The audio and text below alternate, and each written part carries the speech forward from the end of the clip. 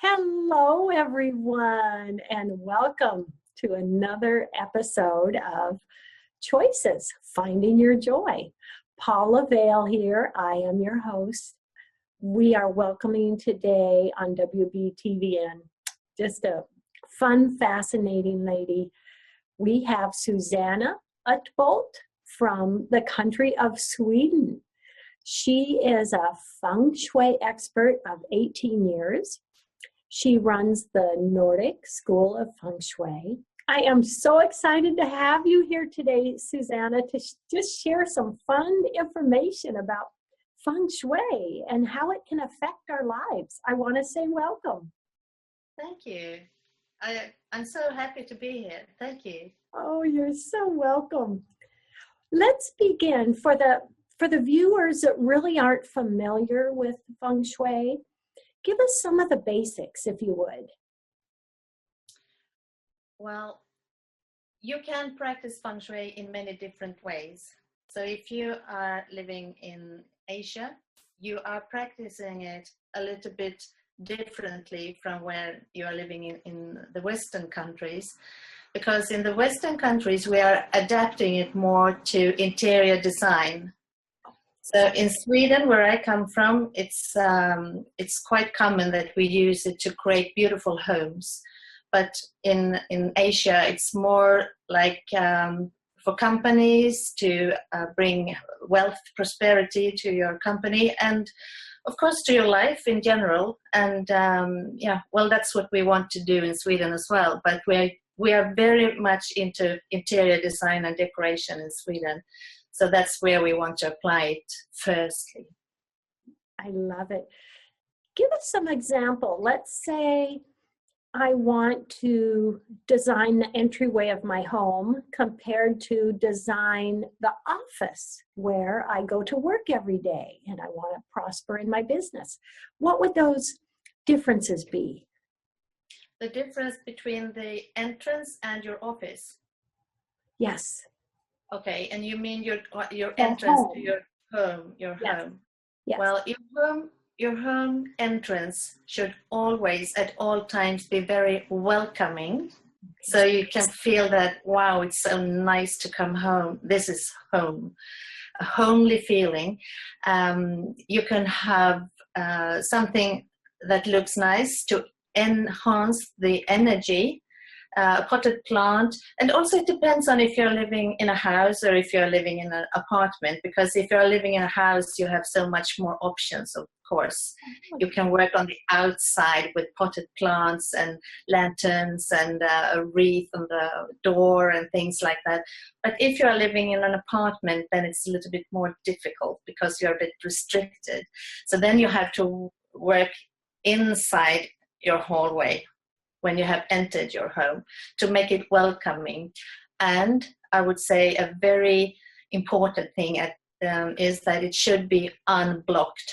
The energy must be able to flow freely, because your entrance, that's the mouth of qi. You say that that's a mouth of qi. That's where the most energy comes into your house. Yes. And you were also asking about the office, your workspace. Yes. Yes.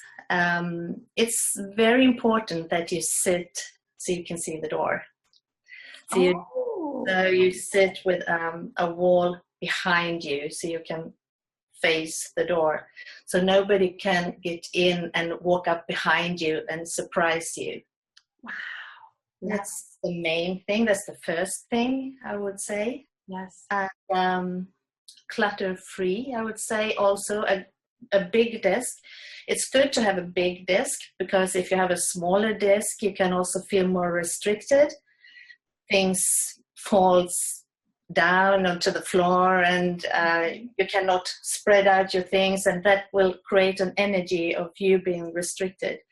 So quite a big desk, clutter-free. Of course, that's a big thing, because that has to do with the flow of qi. If you have lots of clutter, then your office or your house will be stagnant.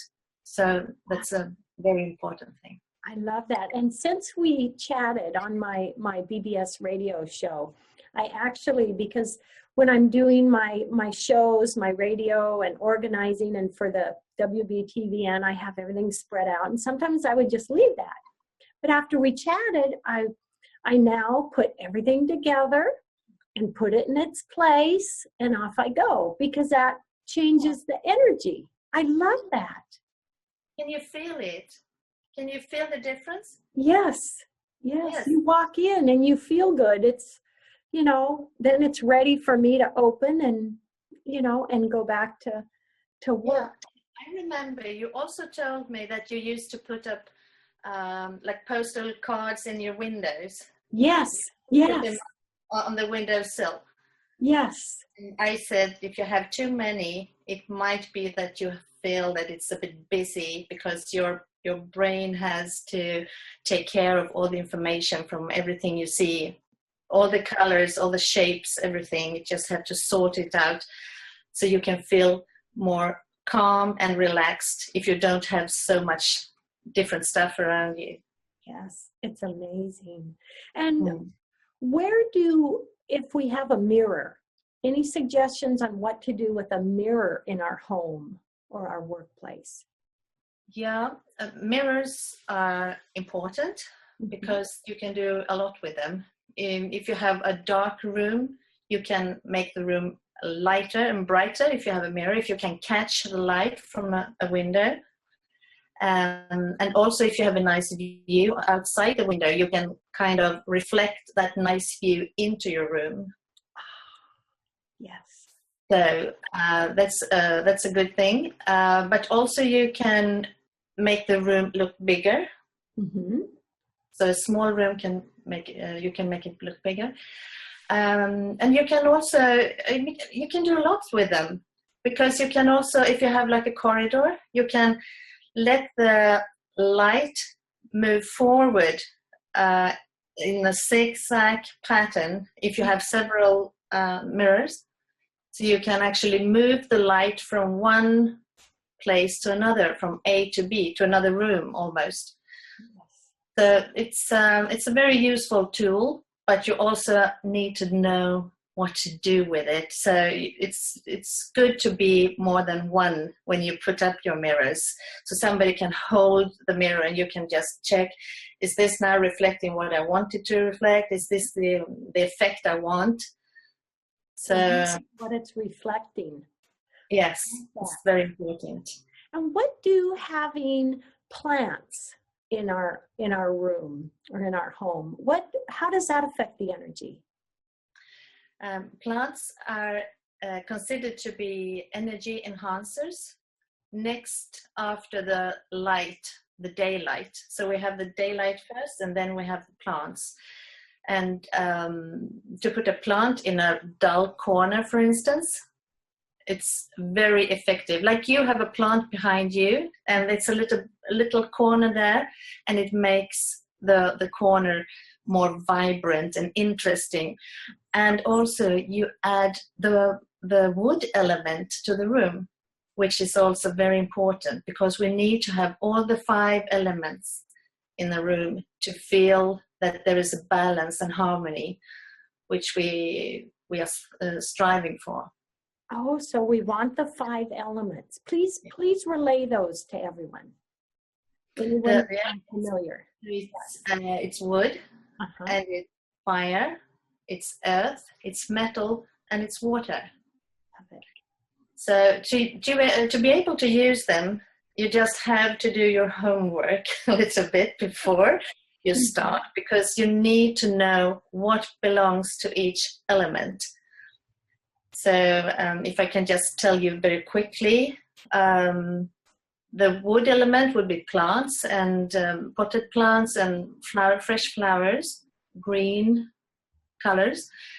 The fire element would be the daylight and also lamplight, fires, and red colors.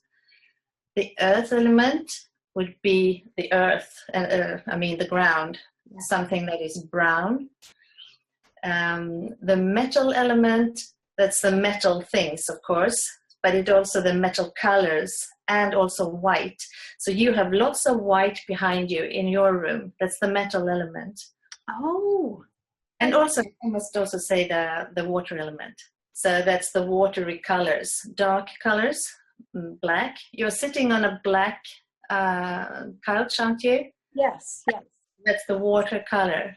Oh, So we try to have a little bit of every element in the room to find a great balance. And then we will have a very nice looking, harmonious room.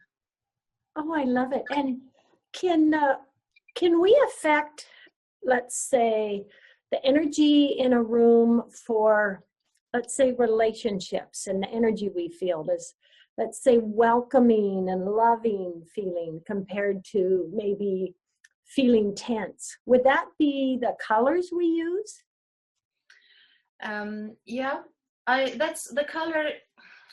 They are important, I would say, because you can look at colors from a perspective of the 5 elements, but also, which is very important, is that you can use color from a color psychology perspective, because we are affected differently from different colors. So if you want to create a room, like a living room, you want people to come there, your friends, and you want them to be open and social, and you want to have a nice chat, then you should have maybe a warm color, like light yellow, a very light yellow, not the bright one, but a light yellow, a color that makes people feel warm. So I would say it's good to avoid maybe an icy blue color, for instance, because that will make people close themselves because they are cold, and they will not be so talkative. So colors are affecting you a lot. Yes. This is also fascinating. It is. Yeah. It is. And so that's about the colors. But you can also, of course, if you want to, I don't remember what you said in the beginning, if you could enhance areas in your room. The feel of the energy as far as welcoming, a loving feeling, if certain colors or even the way the furniture is laid out, can that affect the energy and how people feel in the room?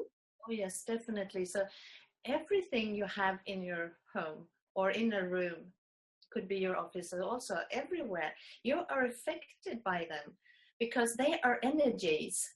They are different energies, and they are affecting you, and you are also energy. So you are kind of interacting with your environment all the time. Even sometimes you're aware of it, and sometimes you're not aware of it, but you're still affected by it. Yes. You can as well learn about it and get it the right way, kind of. Yes. Oh, I love it. I love it. Tell us a little bit about your school and the training you do, Susanna. Yeah, I have a Nordic School of Feng Shui. I didn't start it. It has been up and running since 1999. So I took over from the founder in 2010. Yes. So I have run it now almost 6 years. And I have courses, if you are interested just for your own sake, for your own home, you can have a shorter course because there's a 4-step course. And if you want to become a consultant, you can take all the 4 steps. So then you can go out there and help other people to decorate their homes and to live better lives. Oh, that is fantastic. So someone can take your course and then they can help other people take that on as a profession. I love it. I love it. It's just so fascinating. Every aspect. I know when we chatted the first time for the radio, I was so fascinated. I just fell in love with it. And I think about it quite often now. That's great. I have affected you a little really bit. Just taking those first steps, even if it's beginning with, let's say, an energy, in the entryway. And I want to ask you, you mentioned on the entryway to keep the energy clear, not to block it. what type of things would block that energy? If you have too much things there, Oh, if you're talking about let's say the entrance. the entrance, yes. So if you have too much shoes and jackets and clothes hanging there when you enter your hallway, then that's going to be a blockage. And also if you have maybe a chest of drawers and you have a footstool or something, Yes. if you have too big furniture for that kind of space, then it will be like a blockage. So you can almost feel it if the energy is able to flow freely. You can take things out and you can just step back and feel with your gut feeling, how does this feel? And you can feel that it's going to feel lighter, that the energy is going to move more freely. I love it. I love it. I know after we chatted, the entryway of my home, I do have a dresser, chest with drawers, and my husband or, myself, we'd come in and we'd just kind of throw the keys, throw everything there, maybe lay a coat for a few minutes. And ever since chatting with you, I've got just my little decoration. I keep it clear, and it does. It feels better there. It really does. Yes, exactly. Because when you come home, every day when you come home, the entrance is your first meeting with your home. So it's very important that you have this nice feeling, the nice meeting with your home every day. So if you come home and it's all cluttered and you have garbage in the hallway and things that you are going to throw out and all that, your energy is going to just disappear, and you're going to be angry and annoyed, and maybe you will argue with your husband, or you will have a bad start, so to speak. Isn't that fascinating that things like this can affect us and we don't even realize it? Yes. We can make and learning about this. Yeah. Exciting. It's very exciting. And now we have just celebrated Christmas. It's close to Christmas. And what I used to tell people is that be a little bit careful with the red color at Christmas, because the red affects us badly. If we have too much red, it's possible that we can get angry and we get flustered and hot, and we can create drama with the red. So at least in Sweden, it's very common to just decorate. You have curtains, you have tablecloths, you have everything in red, because you need the heat, kind of, because I live in a cold country. But also it can affect drama. It can create drama during Christmas, which is unnecessary, I think, because you want to be calm and relaxed and friendly and peaceful at Christmas. Yes, I love it. Now, Susanna, can the arrangement of our furniture make a difference of the energy in the room and how we feel? Oh, yes, definitely. The arrangement, how you put them with regards to each other, but also how many furniture you have, depending on the size of the room, and also the shape of the furniture. So if you have just lots of very pointy, straight-lined, modern design furniture, you will have a certain feeling, and maybe a little bit harsh feeling maybe. So you need to mix it with other softer things. So maybe if you like that kind of style, you can soften it up with some cushions, with a throw, with carpets or potted plants and all that. So you don't have to follow a certain style. There is no style, Feng Shui style. And I really want to emphasize that, because many people think that, oh, this is the Feng Shui style, and there is nothing like that. You can use any style you want, any style you like, but it's a way of thinking when you're using that kind of style, when you're using Feng Shui, when you're decorating. I love it. I love it. So you can have your individual likes and what you prefer, but yet you think about Feng Shui and you work that into what you do with your own individual settings. Yes, definitely. Yes. So individual homes are the best. I mean, nobody wants to be a copycat. Mm-hmm. So I would really like to make people dare to be themselves. Don't follow all the trends. Just be yourself. Have the things that you love and that enhances your own chi. Oh, I love it. I love it. I love it. Yes. Oh, that is so fantastic. Yeah, it is. And also you can use it for your whole life. I mean, it's not that you just use it for a certain period of your life. Once you have learned to use it, you can use it for the rest of your life in all areas, at home, in the garden, at the office, in the garage. It's like a lifestyle. Yes. I used to call it, when I teach my students, I give them a toolbox. I show them like a toolbox. Mm-hmm. And there I put in the different tools for them to use. And they can carry this toolbox with them at all times for the rest of their lives. Oh. And it's not a heavy toolbox, but it's so great. Now, you mentioned in the gardens and outside. Give us an example, please, of how Feng Shui may come into play with our garden area. Well, it's the same.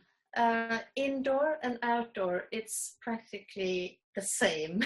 I know it doesn't seem like the same. It's outdoors and indoors. But the tools are the same. The way of thinking is the same. So you want to create a welcoming entrance for your garden, because that's where your guests are coming and you are coming home every day. And you want to have a nice driveway to your front door, which should be unblocked, of course, and welcoming now. So you can put plants and all that to make a welcoming feeling. But also for the rest of the garden, you don't want to see your whole garden immediately, unless you have a very small garden. Uh-huh. But let's say you have quite a big garden.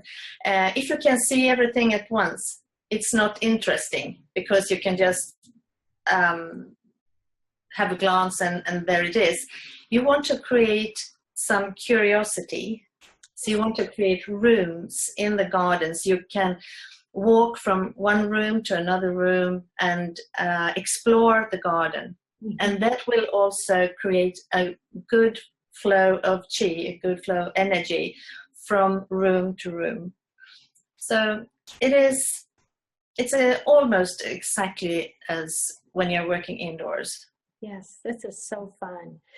Another question I have to ask, with different rooms and different homes, does it make a difference what we do if, let's say, we're in a room with a low ceiling or a high ceiling or windows up above? Does any of that come into play? Everything. Oh, I love it. Yeah. Everything matters, definitely. So if you have a room with a low ceiling, it also depends on what kind of color is the ceiling. So if you have a low ceiling which is painted brown, or maybe you have a brown wooden ceiling, then you will immediately feel like you are almost want to bend down. It's like heavy. It's going to give you a feeling of pressure. Yes. But instead, if you paint that ceiling white, you will have a completely different feeling, because then it feels like, wow, this ceiling is so much higher. Yes. But also, if you have a room which has maybe 3-4 meters to the ceiling, it can be a bit difficult to create coziness in that room, because it's just too big, it's too high ceilings. So then it might feel like you are in a church. You will give a churchy feeling. Uh-huh. So you have to work with other things than to create the coziness we sometimes want, depending on what kind of room it is, of course. Sometimes we would like to have the church feeling. Mm-hmm. Depends on. Yes. Oh, I love it. I mean, there are just so many aspects of this. Yes. It has to be so fascinating and so fun. Yes, it is. And I can say something more about the ceilings. If you want to concentrate on something, if you have a very specific work you want to do, then it's better to have a lower ceiling than a higher, because the low ceiling will help you to concentrate. Excellent. In operation rooms where they conduct surgery, it's more common to have a lower ceiling because that helps to focus on the operation. We have about 1 or 2 minutes left till the end of the show. What last words would you like to say to everyone today, Susanna? Get to know Feng Shui. That's what I would like to say, because it's an amazing world. If you don't know anything about it, it's going to open so many new possibilities and new doors, and you will be amazed. Oh, that's what I would like to say. I love it. I love it. Thank you so much. This has been just so fantastic. I am just so excited to share you with everyone today. Oh my gosh, Susanna, thank you, honey. Thank you for having me. And to all our viewers out there, thank you for joining us today. Big hugs to everyone. Bye. Bye. Bye.